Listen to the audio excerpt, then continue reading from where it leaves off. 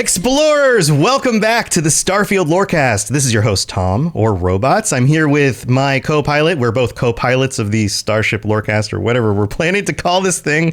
Just been throwing out ideas, Dave. But welcome back to the show, Dave. I'm excited to be here. We should poll names of what this starship should be called. That's a good idea. I think we need like Big X, Little X, Big X, Lorecast, Big X, Little X, Big X. Okay. I don't know how to pronounce that, but welcome back to the show, Dave. I'm excited to be here with you again. And we have a guest today because we're still continuing our month of not spoiling content, even though this is a lore cast. We want to give people plenty of time to delve into the game and actually explore some stuff before we get into the deep lore. And in order to do that, we have some guests joining us. This week, we have BlinkBlinkGames. She is a Twitch streamer and somebody who is into other types of games that have similarities with Starfield, games where you survive, you collect things, you go to space like No Man's Sky. Blink, thank you so much for joining us. Welcome to the show. Thanks for having me. It's such a pleasure to be here. Yeah, as Robot said, I'm a streamer on Twitch. You can also find me on like pretty much every other platform as BlinkBlinkGames. And I'm technically a variety streamer, though I like to call myself a try-hard variety streamer. Because even though I play a bunch of games, I try and delve deep into whatever game I'm playing and like play it for real and go deep and nerdy. Deep and nerdy, yeah. That sounds that sounds like a song. Like anyway, well, welcome to the show. I'm excited to get into your experience with Starfield. We're going to be covering some of the things that you've enjoyed about the game, some of the things that you think could be improved upon, because every new game release always has some jank to it. And even though Starfield is the least buggy Bethesda mainline game release ever, it doesn't mean it's perfect. But then also, I just want to hear some of your stories and maybe some of your tips for people diving in for the first time. But here, why don't we kick this off with what have you been particularly enjoying about Starfield so far? So I've been kind of just taking it as it comes. I haven't been speedrunning it or anything because like the world is so rich, right? And especially like the environments. That's one of the things that's really caught my eye is like going to a new city or a new planet, and just sort of immersing myself in that world / culture / city, and like looking at all the details that go into the world building that this game has created. And I think that's one of its strengths, is that it really does have an attention to those visual details. I mean, faces aside, because, well, we all know about Bethesda faces, but sure. The environments, I think, have a really great attention to visual detail there.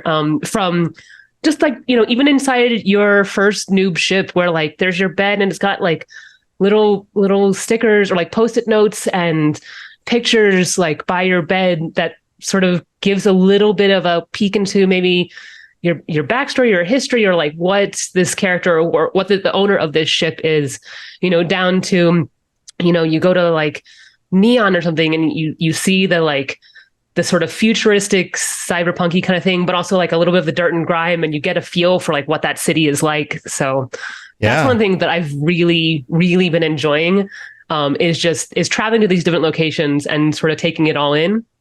And taking it as it comes to build that cohesive world building sense of place. Like Bethesda games have always done and always prioritized a sense of place, and you can see it in like people complain all the time about why don't they let go of that old engine? Why do they keep updating the old engine? Why don't they just use Unreal or whatever? And the reason is because their engine does things that the other engines don't. And I've talked with some of the developers. They do things like every item in the world exists in a specific location. And you see it in playing through the game. There's so much junk you can pick up everywhere in every main Bethesda game. And items and characters, they still exist on the other side of the galaxy. They're just updating at a slower tick rate. So other engines don't do that, but what that allows them to do is, like you were explaining, to walk into your starship and just see stuff all over the place, or walk into Dave's starship and just have a a mess of things all over the floor because. Are you one of those pilers? Do you pile things? Yeah. I've described it as like you eat a really big meal, and I'm trying to think of a good at the Golden Corral. You eat a gigantic meal, and you just like have a belt on, and you just like come home and you take off the belt, and it's like me with all of my items. They just like spill out onto the floor. It's just a mess of just like here's a million grindles. You're like that one friend we all have who uses their like passenger side footwell as like the collect all trash can, right? Yeah, this is my guest room. Don't go in there. It's full of stuff. Don't even. I don't have very many guests. I just use it as a place. Yeah. We're gonna have to do. I've got just an idea now, Dave, because of this, that we need to start up a sideshow called Starfield Hoarders.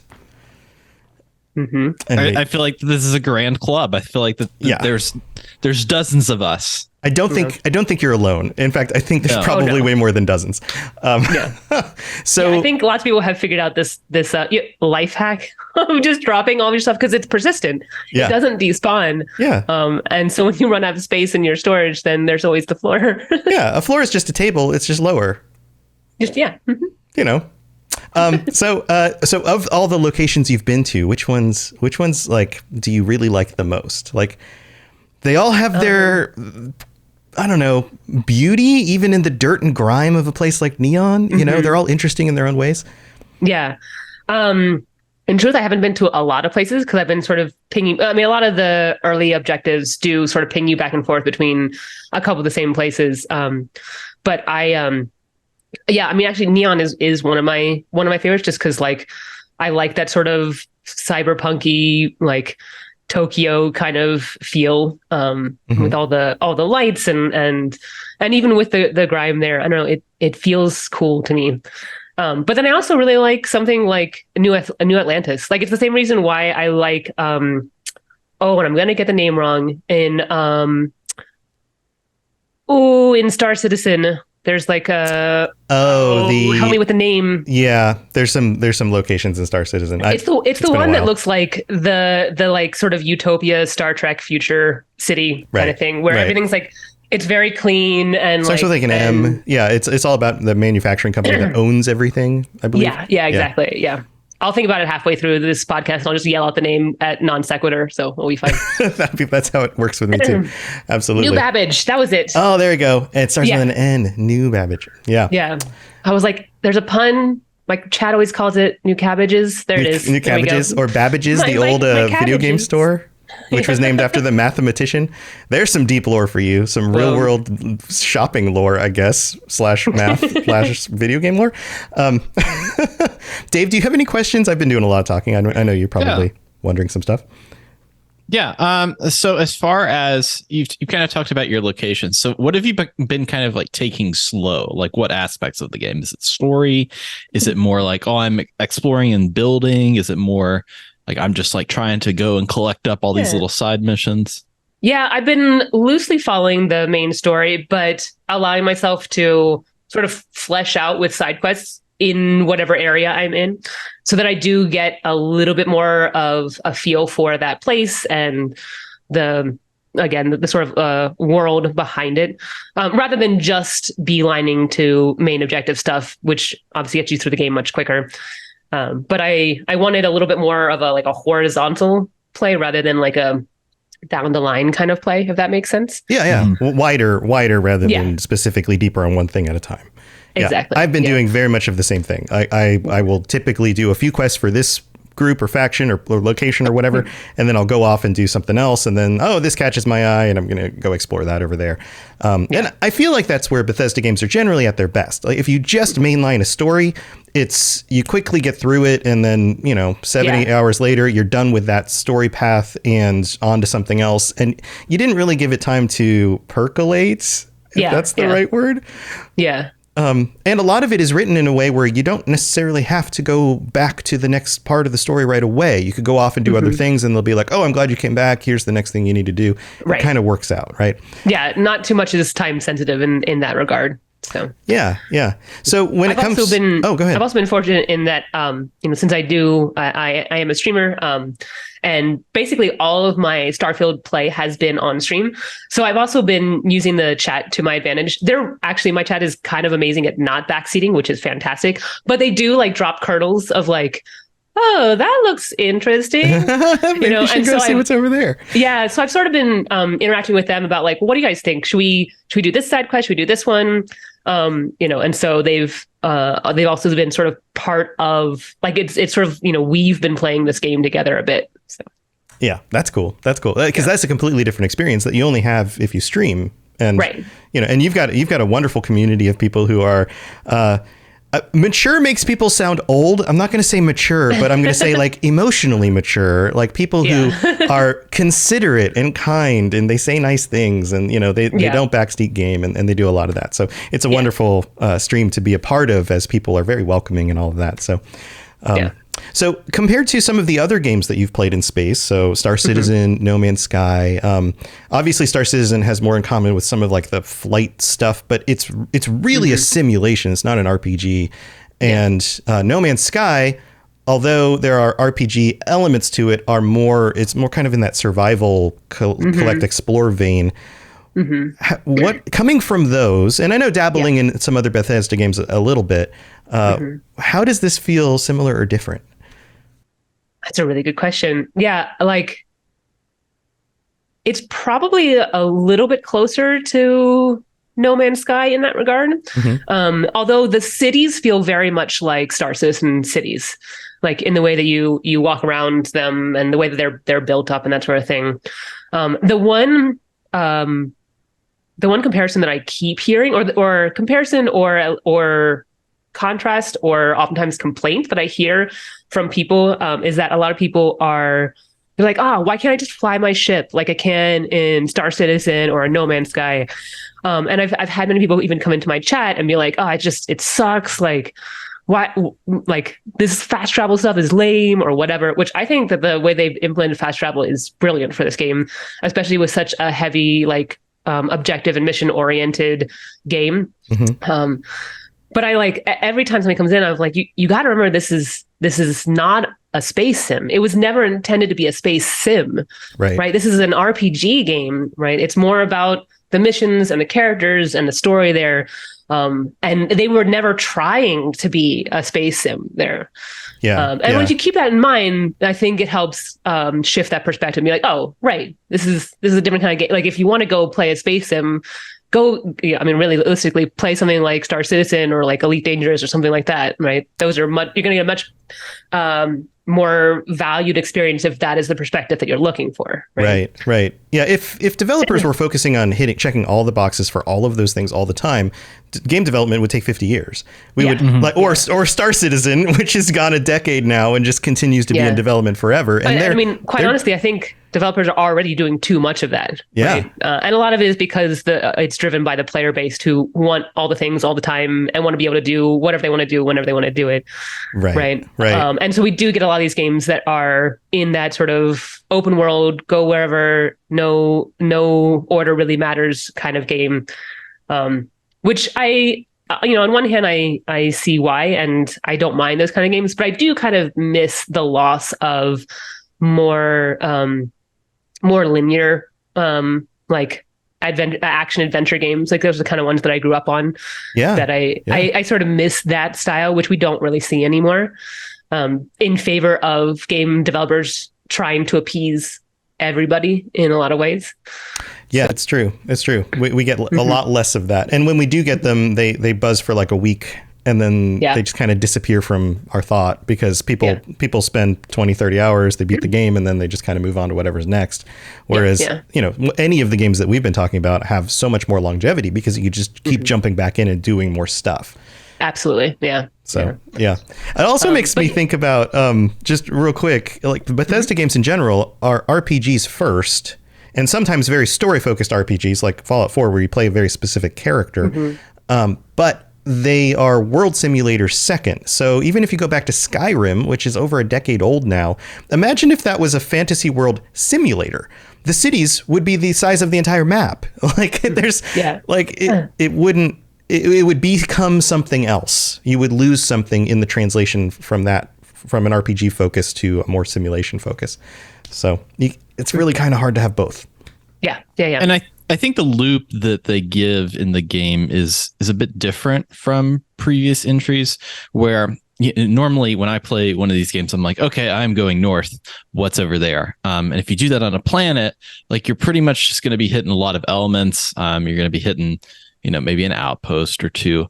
But in previous games, those like breadcrumb trails, I guess you would call them, from quests would pick up from where you go. Whereas in this one, I had to relearn of like, okay, I need to go to a city. And once I'm in like a city or a major zone, I'm going to pick up a bunch of quests, like 1 million quests. And then that gives me a lot of different points to go visit. So that then that feels a lot more natural, saying, hey, I'm going to go to this planet and do this thing.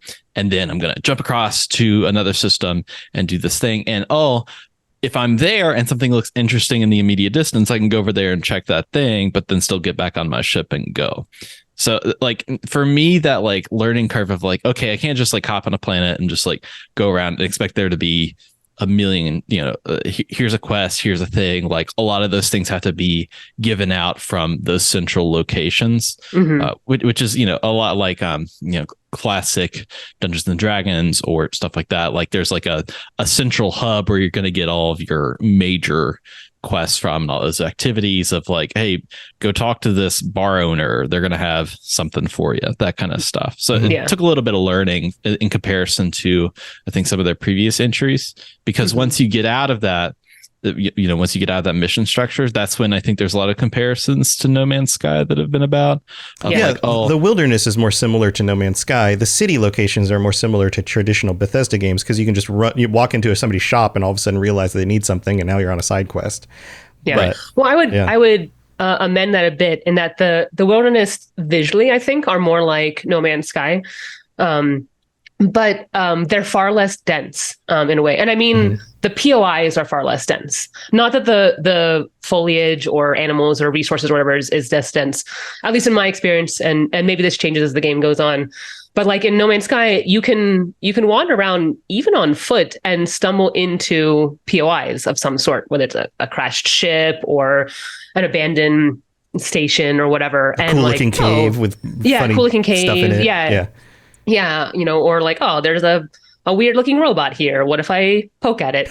Right. And you get these sort of like, you get these sort of like small prepackaged mini quests from any of those sort of thing. And you can, like I said, that you can almost stumble upon even on foot in No Man's Sky. Whereas I feel like in Starfield, to like wander around on foot, it would be quite a while before you stumbled upon something that was of that same nature, like just out in the wilderness, right? Yeah. Unless you specifically had, as Dave was saying, a quest or a mission or something that led you to a certain point. Right. Yeah. They do seem spread out. Even when you use your scanner and you can see like, oh, there's some sort of point of interest over there, but it's like 1 kilometer away. And if I go this way, that one's like 2 kilometers away. And then they seem very far.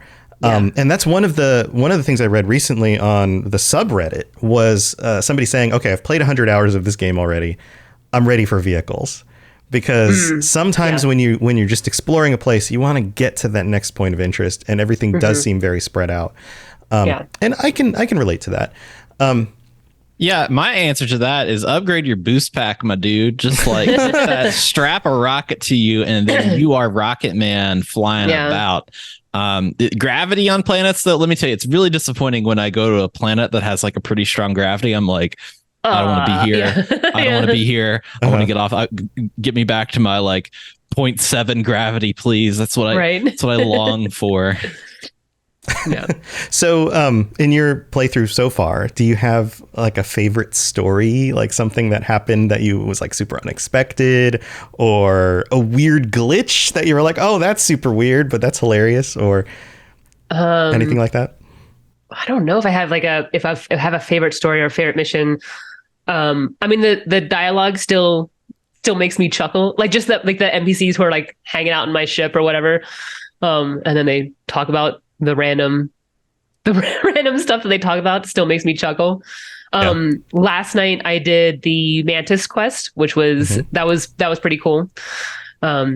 Like frustrating parts, but also very cool. Yeah, I feel like that one's actually one of the harder quests that you can get early. And so it is a little bit more difficult as a low level to get through it because it's fairly intensive. But the payoff is really nice. Yeah. The rewards are very nice at the end. Yeah. And for me, I really like that because I come from more of a FPS background.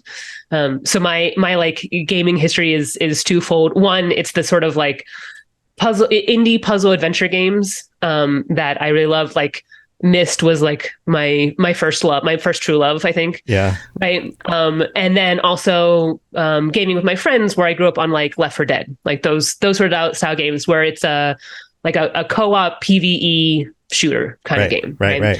So those are like, that's sort of my origin story, I guess, as a gamer. And so I really like, combat feels very natural to me, you know. The one thing that doesn't feel natural about the combat in this game is that the NPCs seem way too aware of you. Yeah. I'm so used to using like, you know, obviously positional awareness and using your environment like you would in an FPS game, right? So actually it happened last night I was approaching the base in the Mantis quest, and you start out outside and there's some dudes, right? It's nothing spoilery. There's always dudes. Yeah, right? you got it. Baddies, you got to kill them. Yeah. And so, you know, I took out a couple, and then there was a place where I was very exposed, and I was like, okay, well, if I go behind this rock, I can flank them on the side. And like as soon as I came out from behind the rock, like immediately they shot me. I was like, how did they see me through the rock? Right. And I kept trying to like juke them on like one side of the rock or the other. I'm like, do they have X-ray vision through this rock? Yeah. I think that's a little overtuned with how aware they are. I have theories about why this is. It does feel like they're more aware than some other Bethesda games, and you don't lose them as quickly.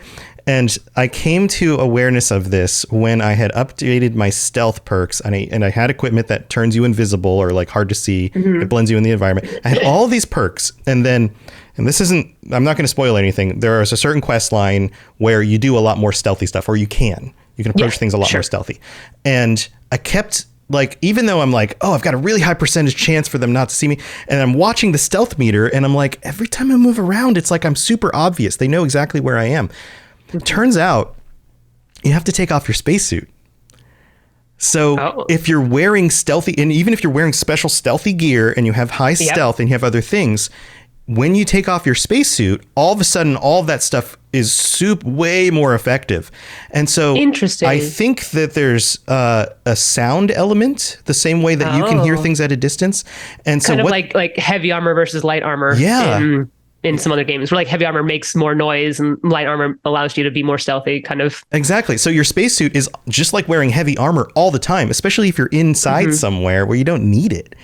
Interesting. Which I hadn't considered, and I was like, oh, this is so much easier. And once I did that, I could hide behind a wall, I could go back into stealth mode, I could watch the little meter, and I could see them lose me as the meter expands. Yeah, okay. And then I'm like, okay, they don't know where I am now. Now is the time to peek back out. So I also feel like I've noticed some, and Dave, feel free to chime in here if you have any experiences on this too. I feel like I've noticed some actions with the AI where if they feel like they're in danger and they're not winning the battle, they're more likely to just run away. Are you talking about the enemy AI or the enemy like your AI? Yeah. Okay. Yeah, they're more likely to disengage and run away. I've seen a little bit of flanking.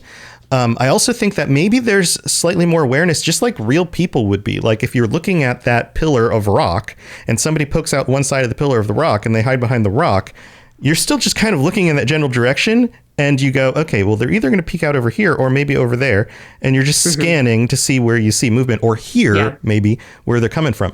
So, and early on, that stuff is a lot more difficult as you level certain perks and things, and it gets a little bit easier. So I don't know. That's my guess on it, I guess. Dave, how do you feel about that? I've run into an instance where a pirate ship of some sort, a spacer ship probably, was coming down, and they opened their bay doors, and there was like 12 guys in there. So when I see 12 guys in the confined area, I'm thinking, okay, grenades are a great idea. Grenades are great. Yeah. So I threw one in there, and then they all were like, oh crap, we got to do something. And so they all started running out. But normally, like they start like there's 12 of them, they're going to start running towards me. No, they were like booking it behind the ship. They're like, we got to go. This is not, we got to get some cover. We got to go. We can't just like go directly. Because a lot of time in these Bethesda games, they're going directly at people. But no, they're making use of cover. They're like hanging out in these little areas. They're trying to duck down and hide. A lot of the tougher enemies that I've run to will make use of a lot of different like adaptive camo, that kind of stuff. That's like blending them into the environment, making them hide. It seems like that the AI is more focused on what I would call traditional shooter stuff. Like when you're talking about like even all like old Call of Duties, like get cover, stay behind it, try to flank at some point. But I mean, for as fast as my character will move, that's, this is not a humble brag. My character moves. You're the jetpack guy. Yeah, I'm the jetpack guy. You dump out all that stuff in your ship and then you're like 2 pounds and then you just shoot all over the place. This is great life advice. If you're carrying a lot of things in your pockets, just take them out and go run faster. You can jump higher. So that's what I do. So I haven't had them flanking me as much, but they like get into cover and they freak out whenever they see me. They're like, okay, we gotta go. We gotta move. We gotta change the distance. Get a different kind of like tactic or strategy. Yeah, I've noticed a little bit of that as well. I also, I don't know. I think that with the enemies, there's, especially early on, until you get some really nice scoped weapons where you can just down people in a hit or two. Or some upgrades to your skills. I find it is more effective to get in close and to do like move around a lot. Like Dave was saying, move quickly. And even if you have a SMG or a melee weapon, and just get up and just like tear somebody up and then get behind cover and then run up on somebody else and then get behind cover and then kind of keep moving. And that actually seems to work in the space combat as well. Have you guys done the simulator, the Vanguard space simulator? It's the beginning of the UC quest line. You go into this little area, and this is really early on in it, and one of the things you do is you play through a simulation, and it's a space simulation. They put you in a ship that's not your own, and you play against these waves of enemies. And it starts off with like one really simple enemy, you blow it up, and then you get to tier 2, and then you get to tier 3. There's 6 tiers. If you get past 3, you're good, you pass. And most people can pass 3 probably with very little effort, maybe a try or 2. And then 4 gets hard, 5 gets even harder, and then 6 feels basically impossible without having some of the other perks that you have. And in practicing this and trying at it a few times to get past like tier 4 and get past tier 5, I realized that moving around more in your ship, this is going to sound super dumb because everybody's going to be like, well, no, duh. But moving around more in your ship makes you harder to hit. So the best tactic I found is you target the first enemy and then you boost at them, you pivot, you get behind them, you blow them up, and then you boost at the next enemy. And if you keep moving, Crazy Ivan. Yeah, right. If you keep moving, then you're less likely to get blown up. So there you go. Yeah, that's just great. Yeah. This is just great life advice, like if you're flying your ship and you're moving fast, you're not going to get blown up as often by lasers. Like that's just there you go. Fantastic advice. Yeah. So tell you what, we're going to take a break. We got to go thank our patrons. So we're going to go thank our patrons. We got some real quick reviews to read out, and then we're going to be back to find out more about your Starfield experience. So don't go anywhere.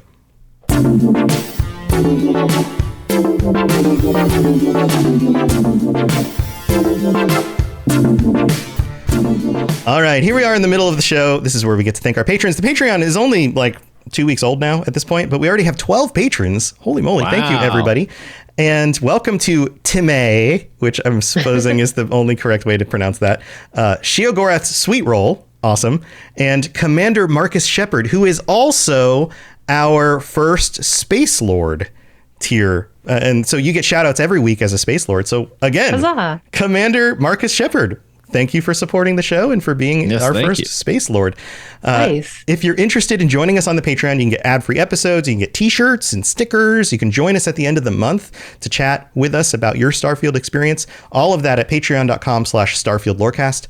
And if you leave a 5-star review on Apple Podcasts, we will read it out on a future episode of the show, like these wonderful people. This first one comes from the United States, from Starporg. Remember the Porg, the little cute guys from Star Wars? Starporg writes, "It's here. I'm excited that Starfield is finally here and you guys are reviewing it. You guys have put so much more excitement in me through your podcast." Well, thanks, Starporg. This next one comes from Mini Yeats, wonderful name, in Canada, who writes, "Love it. I've been grinding like crazy, and it's so interesting to hear your perspectives on everything and hearing your explanations / discussions on the lore. Super great podcast." Thank you, Mini Yeats.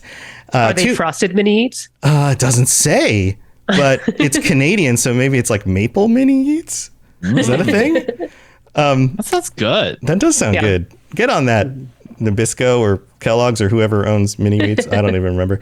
Then we have two more. This one's Scuba Steve in the United States, who writes, "Dang ol with the bang ol." I don't know what that means because maybe I don't speak millennial or something, or Gen Z. Maybe I'm just an old man. I don't know. "When you're nice and baked on space grass, this is good stuff. Tom and Dave get right into it and are funny as well. Tom never disappoints and Dave explains things very well and not too jokey." Oh, they've got so much discovery about you, Dave. Yeah, I'm comedy adjacent now, but just wait. I'm gonna drift closer and closer to that precipice. Yeah. And then one more. Oh, thank you, Scuba Steve. One more from AJP9211 in the United States, who writes, "What's the theme song?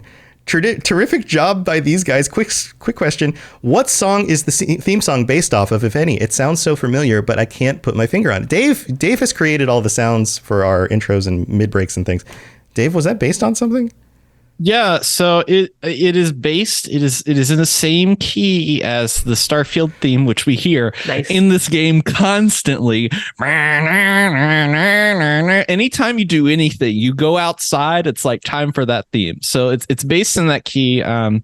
It's not based on anything other than the Mass Effect bar songs, where Commander Shepard kind of like dances like this a little bit. That's what that's based off of. Okay, that's super cool. That's the intro theme. The outro theme is it's based on a little known song. A little known song by a star guy. Star guy. Yeah, one of those. So also, thank you everybody for helping do this. And if you'd like to help us out in other ways, you can rate the show on Spotify. You can tell your friends about it. You can write us a letter and send us, I don't know, lots of cash. No, that's probably not a thing most people do. But thank you for your support. Well, let's move on with the rest of the show. Starfield News. That was the wrong button, but I'm just going to leave that because that's hilarious. We used to do a segment called Starfield News. Oops. Transition complete. Let's move on with the show. Blinky, I know you've been digging into this game, and you were mentioning some of the quirks and things that you've come across, and I've watched your stream on it. What are some of the things that you're like, you know what, it'd be wonderful if Bethesda, took a little bit note of this side of things and fixed it, because they recently mentioned that yes, they're putting out patches, they're working on certain things, but of course no game's perfect. What would you like to see improved? A few things I'd like to see improved. A couple on just like the in general, there's a lot of UI stuff that I find very frustrating and non-intuitive. Dave and I were talking about the UI and how it is a little bit off. It's a little weird. Yeah. And I get that, like, it comes like the UI stems from, I think, controller first, and then taking into account keyboard and mouse. I am definitely a keyboard and mouse person. Like, I didn't grow up on consoles or anything like that. I mean, I can use a controller, and I use it when it's the right tool for the job. We're the same. But in general, you and I are the same on that. Yes. In general, I would much rather use a keyboard and mouse, especially if it's ever like any combat or a shooter. Like, I can't even imagine playing a shooter with a controller. That would just be maddening for me. I'm so bad at it. Yeah. And some of the UI just seems really not intuitive. And I get that they're trying to straddle that to like make it work for controller versus keyboard and mouse. But I feel like I want there just to be a setting that says like, I am using a keyboard and mouse, or I am using a controller. And I recognize that that's double the amount of work, or maybe not double, but like that's extra work. But, even when I remember it took me a while to understand like how to equip a gun in a specific hotbar slot. Yeah. Cause like, it just, I just want there to be a hotbar and be like, assign this to 1, assign this to 4, assign this to 3. And there's that goofy way you got to like first favorite it. And then it pops up this like weird cross. Yeah, like, because it's based on a D-pad. You're right. It's based on a controller. Yeah. Exactly. Yeah. So that was like very not intuitive. And took me, I mean, I had again, I'm in a advantageous position that like I have a hive mind before me. Like whenever I don't understand a thing, I'm just like, chat, tell me how to do this. And they're like, oh, okay, just press Q and then hold your left thingy on tab while you face roll on these other 3 keys and then it'll work. You know, like they know exactly how to make things work. Yeah. I think because I had some time playing on PC, I can agree with I think the controllers, like the combat, the controllers and stuff is very controller first. I did notice that if you press the favorite button, which I think is Q, and then like that'll have your favorites there. But if you favorite something already, I think the 1 through 0 on your numpad can actually like pull stuff out. Yeah, the numbers coincide with slots numbers on the D-pad. Yeah, once it's assigned, then the number keys work perfect. Yeah. Yeah. So in that, like I played it for like a little bit. Using the star map on PC is like a whole different bowl of beans than on the controller. I don't know how I can't do it. I can't do it on the controller. I can't like pan around and look at stuff. I'm like locked into an angle. But once I have like it feels like it's designed for a mouse where you can like click and drag, hold to zoom out, like move it around. Like it uses that like 3-finger, like you're navigating Google Maps or something like that. Like that just doesn't translate to a controller very well. And so for me, like on a controller on the Xbox, that makes travel very cumbersome. So like from the opposite angle, like they need to figure out what they're doing for the star map on the controller, because right now just like the moving around feels like really weird. Interesting. Yeah. I feel like any time in any game where there's a star map, the controller has such limited scope of like what it can see and what it can move. I mean, the same thing with No Man's Sky. Like in No Man's Sky, I use keyboard and mouse, except when I fly my ship, and then I use a controller. But if I go into the star map, like I can't see anything with a controller. Like I go back to keyboard and mouse so you can pan around and see what you're looking for. Yeah. And the same thing here, where like, yeah, if you're looking at a star map, you want to be able to very quickly zoom out and zoom in and like pan around and see, you know, what you're trying to grab. Yeah, 3-dimensional space is always difficult for games like this because it's not just a flat map. You're not looking down at Skyrim. You're looking at 3-dimensional space, and everything from different angles appears to be closer or further from something else because you can't see into the in direction until you turn it. So it's just not simple. I think an answer to some of that would be a drop-down location finder where it lists all the planets by distance from you, and then that has submenus that show any of the it stars from distance from you, and then it shows planets and moons, and then locations on those planets and moons. So if you wanted to be like, okay, I want to go to this place, and then the city on that planet, you can just click it, and then you don't have to find it in the map somewhere because you know the name of the place you're going to. That doesn't help with exploration, but but particularly with the way that this game handles like travel and fast travel and that sort of stuff, that would synergize with that. Yeah, because you could either pick the mission and travel to where the mission is, or pick a location and then drill down to the place based on a map or a menu. But I do know that Todd Howard tends to stay away from pulling people out of the universe and into those kinds of things. Like he doesn't like mini maps on his games and those kinds of things.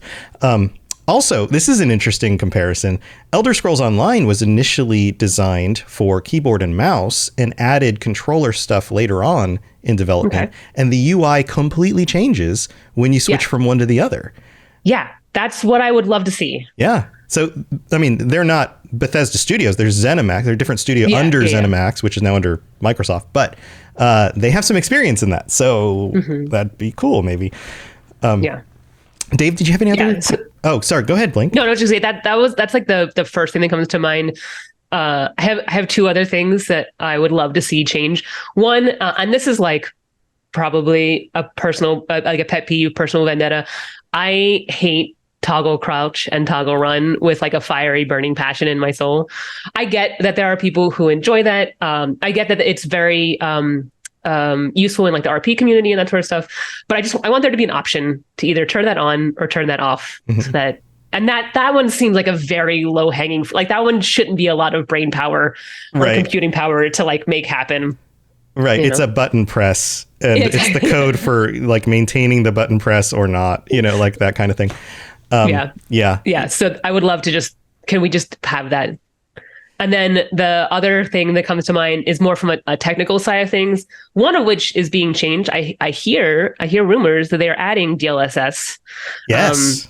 Which is very exciting for me because I have an NVIDIA graphics card, and I understand that there's backstory and history, and there's a business arrangement originally there was a business arrangement between Starfield and AMD for why there's FSR2 in there and stuff, and originally there wasn't DLSS, but I'm very happy to see that is coming to Starfield.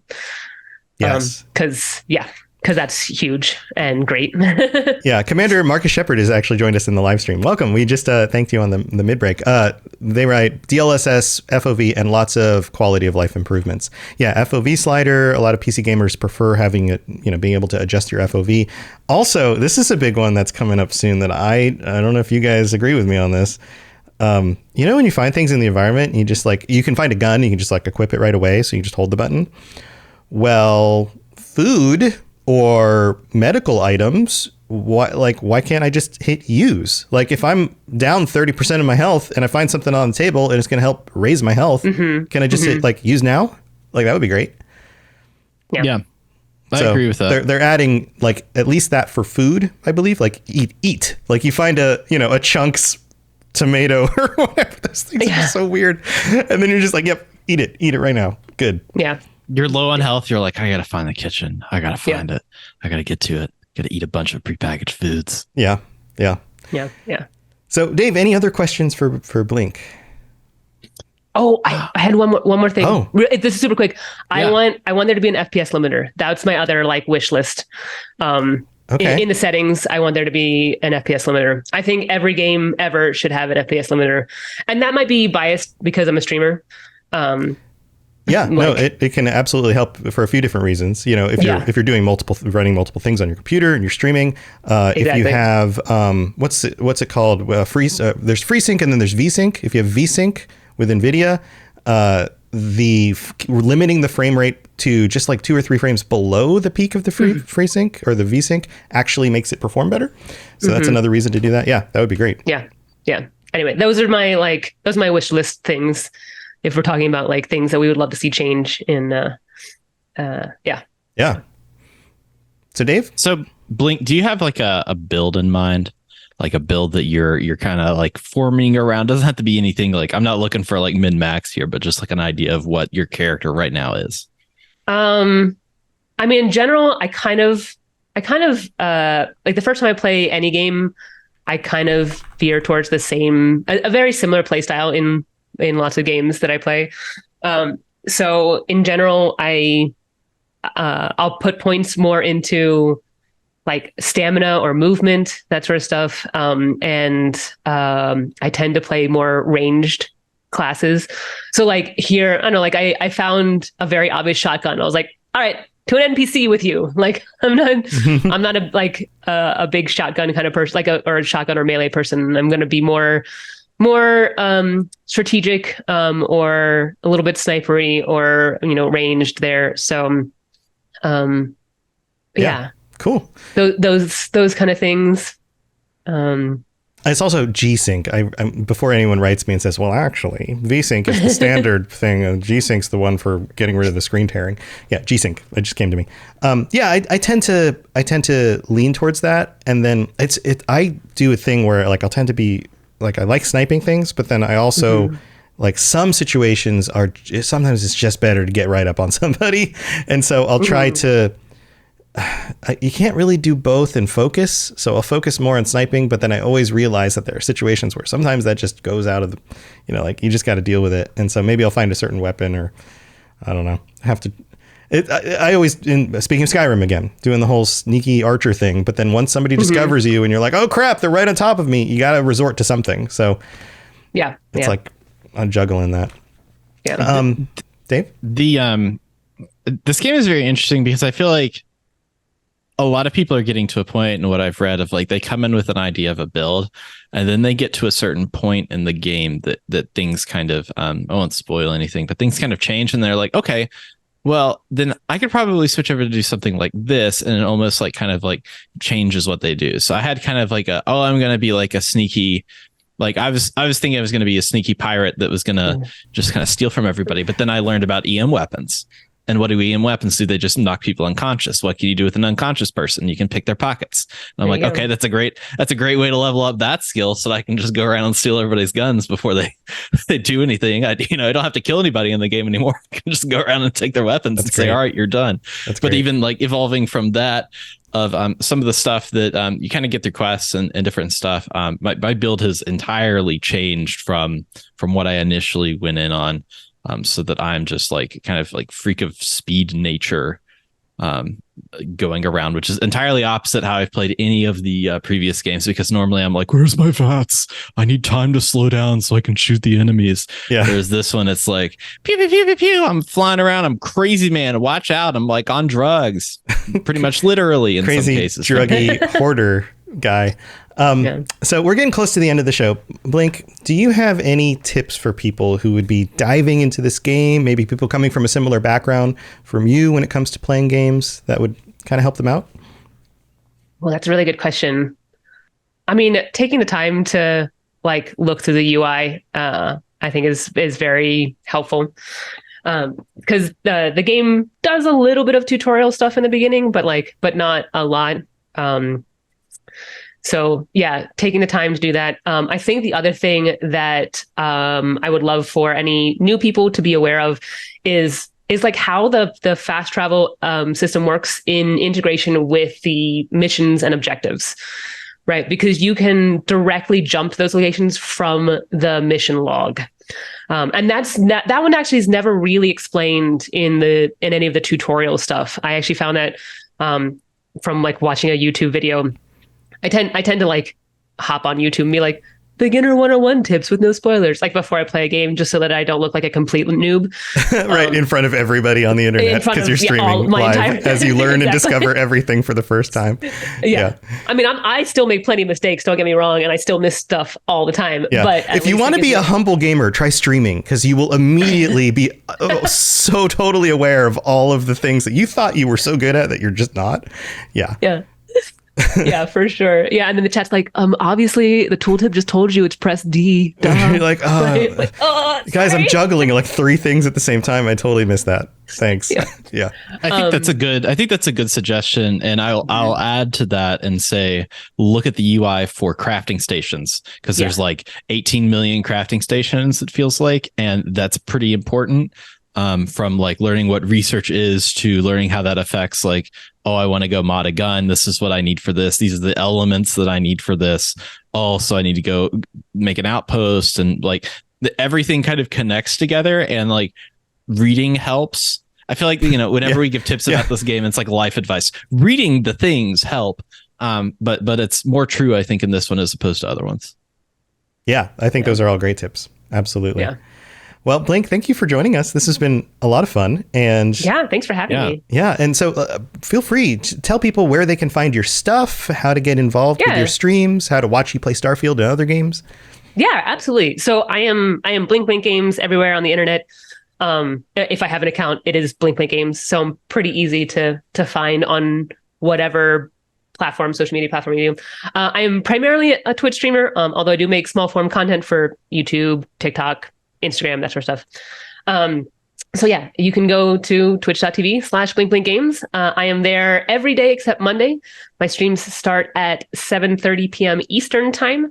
And like I said, I am a variety streamer, so it's a different game each night, although I try to keep to a weekly cadence. So like for Starfield, right now I'm playing Starfield on Wednesdays. So, every Wednesday you tune in, you can get that. And so like similarly, I have a game on Thursday, a game on Friday, a game on Saturday, that sort of stuff there. So if you are looking specifically for Starfield or space content, I do Starfield on Wednesdays. I do No Man's Sky on Fridays. Those are my 2 spacey games at the moment. Cool. Cool. Yeah. But awesome. That's where you can find me on the internet. BlinkBlinkGames. It's pretty easy to keep that consistent. Pretty easy to remember. Yeah. So go check out her stuff. Dave, you got anything else going on you want to share before we head out? Yeah, I've got a Rad Rolls Starfield campaign is live and running. I play a robot that is having to deal with somebody who is actually a streamer in Starfield, which is a rather funny thing, and a retiree of sports as well as a Nepo baby. So there's a lot of different things that are kind of coalescing around this TTRPG we're playing on Rad Rolls, especially being wanted by the Freestar Collective based upon a colony ship. So check that out. That's on Rad Rolls on all the podcast services, YouTube, all that stuff. It's a great time. This turned into a really great kind of one shot for putting things in a Starfield universe. Just getting out there in that Starfield. Yeah, that's awesome. That's awesome. Of course, my stuff, I've got other lore casts, Fallout and Elder Scrolls and Lord of the Rings and a bunch of other stuff. And there are lots of shows, my shows included, but lots of shows at robotsradio.net. That's the network that I run. And I've been putting up some videos on my YouTube channel, the Robots Radio YouTube channel, if you want to make a Mandalorian build in Starfield or something like that. So go check that stuff out. But thanks again for joining us, Blink and Dave. It's good to be here with you guys. And who knows, maybe we'll find an actual name for our starship that we're in. But we'll be back next week with another guest interview and the patron chat the week after that. So stay tuned for those things, and we'll see you again soon. See you all later.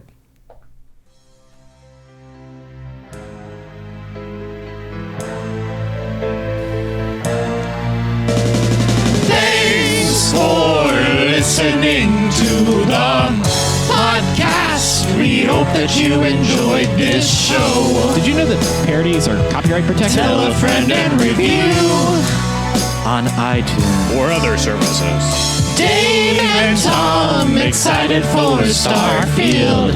Let's all speculate and wear no shoes. Hey, why aren't we wearing any shoes? Because shoes rhymes with iTunes, and that's the best I could think of.